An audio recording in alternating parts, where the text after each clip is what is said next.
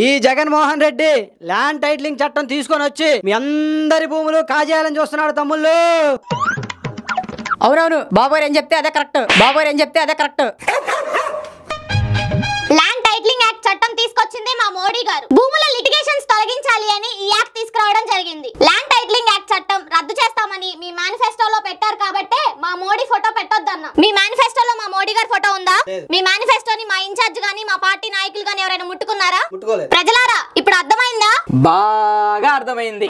ఈ పెద్ద మనిషి చంద్రబాబు నాయుడు ఏ రోజు నిజం చెప్పడు. ఒకవేళ నిజం చెప్పాడే అనుకోనా, అదే రోజు తల 1000 ముక్కులవుతుందని ఆనాడే మహానేత వైఎస్ఆర్ గారు చెప్పారు. నిజమా కాదా చెల్లి, నిజమా కాదా అన్న?